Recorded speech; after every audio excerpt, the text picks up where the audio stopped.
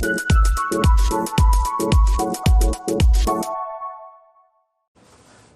of my golden rules with fat loss is to actually eliminate as many liquid calories as possible. And the reason why I say liquid calories is because we don't actually realize we're having it. Now, there's some argument to whether your body realizes you're taking it in or not. But we don't realize when we look back and make our next subsequent decision whether we had those calories or not. So maybe you had an iced cappuccino, and then maybe at lunchtime you had an extra drink, and at dinner time you had a glass of wine, and then you look at your day and you say to yourself, I didn't eat that much today. I had a bagel for breakfast, and I had salad for lunch, and now I'm going to have some meat and potatoes. And you do the sort of mental math for yourself, and you don't feel like you had a whole bunch of calories. But did you get the 200 calories from the drink that you had for breakfast, your morning coffee? Did you have that 200 calorie mixed drink you had at lunch when you went out for a meeting? Did you count that glass of wine that you just had?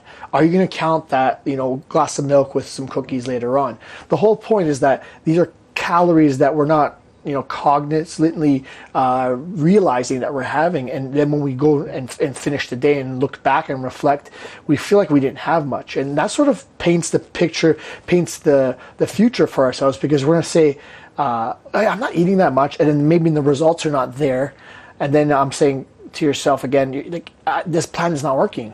Well, it's not that the plan is not working. It's like these whole bunch of calories that you're taking in, you're not even realizing, right? So one of the quickest changes that people see is when they eliminate their liquid calories, and then all of a sudden they're like, wow, I've lost a bunch, and I didn't really change much of what I'm eating at all. So this is sort of one of my first tricks, my golden rules. It's a very easy rule because you don't have to have calories with everything. You can just decide to always have, sparkling water, sugar-free drinks, coffee without anything in it. There's opportunities to still drink things that are not just water, but are a lot less calories or no calories in that sense.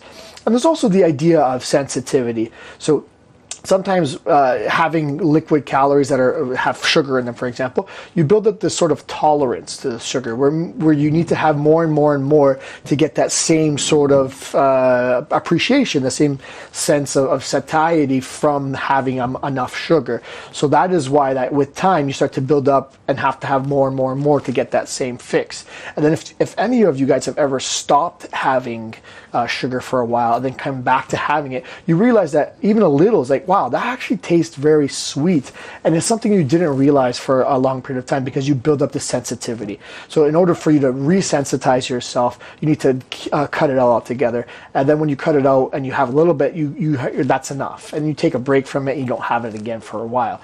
And that's part of that moderation 80-20 lifestyle. So I think it's important for you to remember this golden rule. If you're looking to lose body fat, one of the sort of surest ways, the easiest ways to make a quick change and not really uplift your life and to like upend your life where you have to make large scale changes, you just stop having liquid calories and you'll see the magic that happens with that.